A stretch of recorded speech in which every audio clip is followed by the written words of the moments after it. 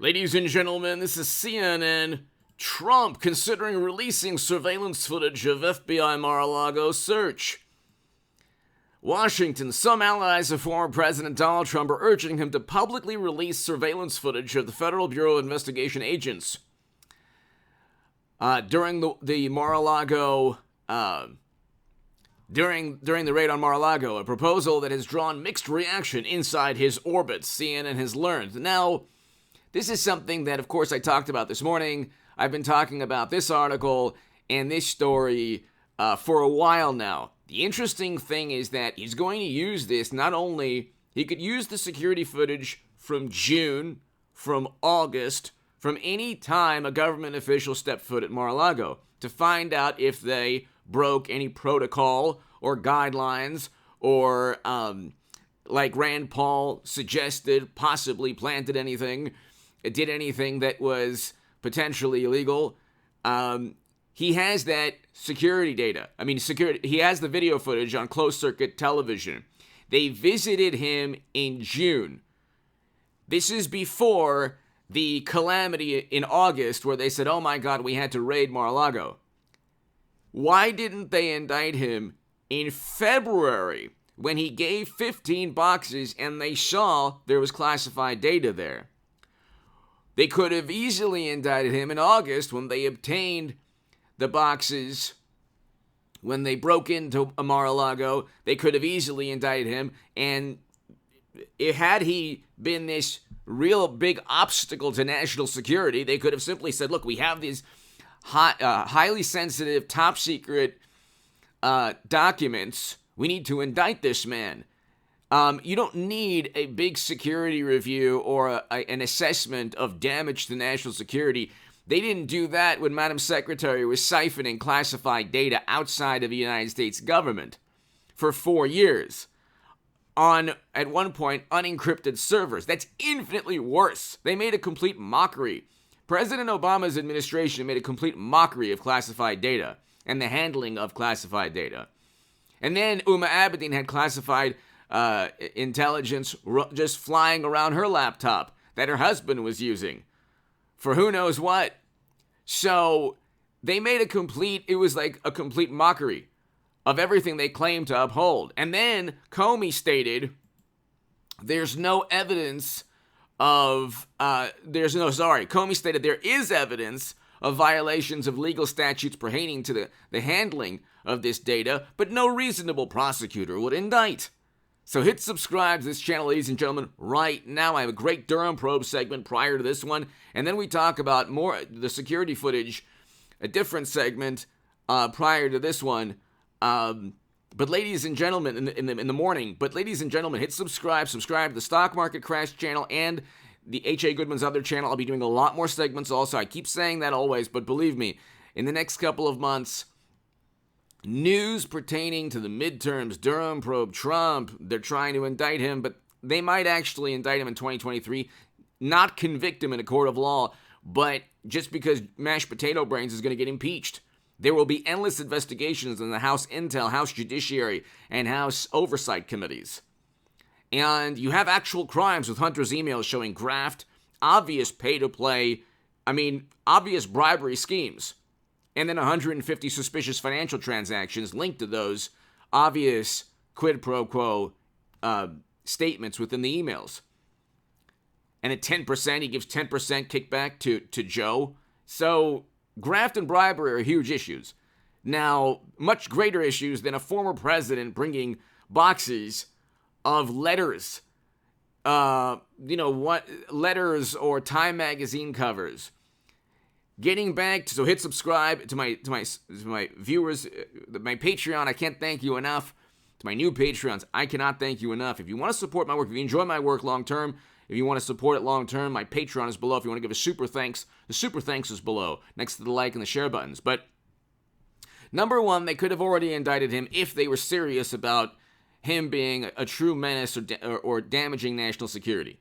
They already have the top secret intelligence or top secret documents that they claim Trump had in Mar-a-Lago illegally. They already have. So what's there to investigate? They keep investigating Trump to actually put this cloud above him where one day the walls are closing in, Democrats can have that hope one day that he'll be behind bars. It's never going to happen. He's never going to be convicted. They might actually indict him on something that they can't convict in a court of law, but the hysteria and the apoplectic nature of the media coverage will boost Democrats, or will give them a short-term boost. It'll also boost Trump.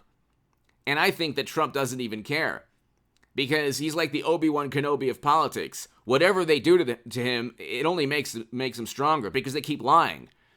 They said he worked with the Kremlin. That didn't happen. Mueller found nothing to indict anyone on conspiring with another country. They said that he pressured people in Georgia. His businesses were corrupt in New York. His tax returns linked to the Kremlin. None of it was true. They haven't indicted him on anything. And it's been 7 years of investigation. They investigate Hunter and Hillary to say, oh, look, we did our part. It's actually a glorified, public relations stunt serving as a cover-up. It's an investigation. We're still investigating Hunter. You don't even need to investigate Hunter. You already have his emails. The New York Post and Daily Mail already published those emails. Okay? When Democrats have their emails published, whether it's the DNC emails or Hunter's emails by the New York Post, or by the Daily Mail, or by CNN, New York Times, Washington Post, they all publish the DNC emails. Okay? Were they working on behalf of the Kremlin also? The New York Times and Washington Post and CNN and MSNBC, they publish the same emails. But anyway, when it's incriminating to Democrats, it's actually, don't you understand, a plot by another country to make you think that you should vote for the adversaries of the Democratic Party, the Republicans. And so it's when you look at corruption within the Democratic Party, media says, gosh, that's a plot by another country. In fact, another country wanted you to vote for Trump. The opposite is true. They right now are elevating Trump Republicans in primaries. They elevated Trump right before 2016. Then they lost. Then they blamed another country for what they were doing. The whole narrative, interestingly enough, which is one of the many lies they've told, is that another country, the Kremlin, wanted Trump. But they wanted Trump. It's within their emails. And there was a Politico article, I think it was the day before Clinton lost to Trump, which is what I said would happen in the Hill, the Huffington Post, Salon, and other publications, and on CNN and MSNBC. I was telling everybody, look, Clinton's going to lose to Trump. Nobody believed me. And I want a Hillary Trump 2024. I think she should be the nominee for the Democratic Party. I think it would be fantastic. But anyway, they wanted Trump because they didn't think he was, he could defeat Clinton. Same thing with Trump Republicans, that they're saying, oh yeah, we're gonna get these Trump Republicans. They're gonna get more Trump Republicans in office. Democrats have miscalculated as always. Then they're gonna scream and they're gonna, the screeching will be heard throughout the universe. No. Everything they do, they have every single possible advantage but the truth in most cases. Okay? The truth is that poverty is up. Poverty is at almost 15% now. Probably higher than that, but 15% according to the latest numbers. 14.7%. He was at 10.5% under Trump in 2019. People vote for Trump because they want record lows in poverty. They want a great economy. They want a great foreign policy. Okay? People vote Democrat because they're told that Trump is a menace to society, and so, you know what, we'll deal with a recession, as long as Trump isn't in office. But Republicans are extreme. Mashed potato brains told us, Republicans. Republicans. So, it's all public relations. If you didn't have Jimmy Kimmel, if Jimmy Kimmel and Stephen Colbert were like Arsenio Hall and Johnny Carson, if they just, entertained the whole country instead of just devoting their life to propping up one political party, the Democratic Party, Democrats wouldn't even be competitive. We have a recession, and then you have articles saying, oh, the generic ballot shows Democrats up 4 points. How is that possible if you have inflation at 8 to 9%, with food prices going up, real wages down 4.4%, and the economy contracting with interest rates going up? How is that even possible? It's possible because of the hysteria about Trump. In every venue, every aspect of American life. Okay, you can't, sports, athletes, artists, musical artists, Hollywood, social media algorithms. Trump can't even, he's deplatformed everywhere. So it's like, okay, if you didn't have every advantage, they wouldn't even be competitive. But anyway, getting back to Trump, and the security footage.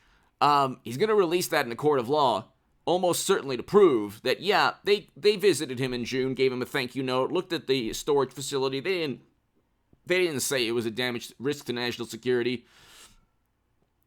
And he can also show that to the public, maybe, not edited it, not slice and dice it, but show relevant parts to the public to see what he had to deal with. Give me your thoughts below. Hit subscribe to this channel right now. I'll have a live stream tomorrow night.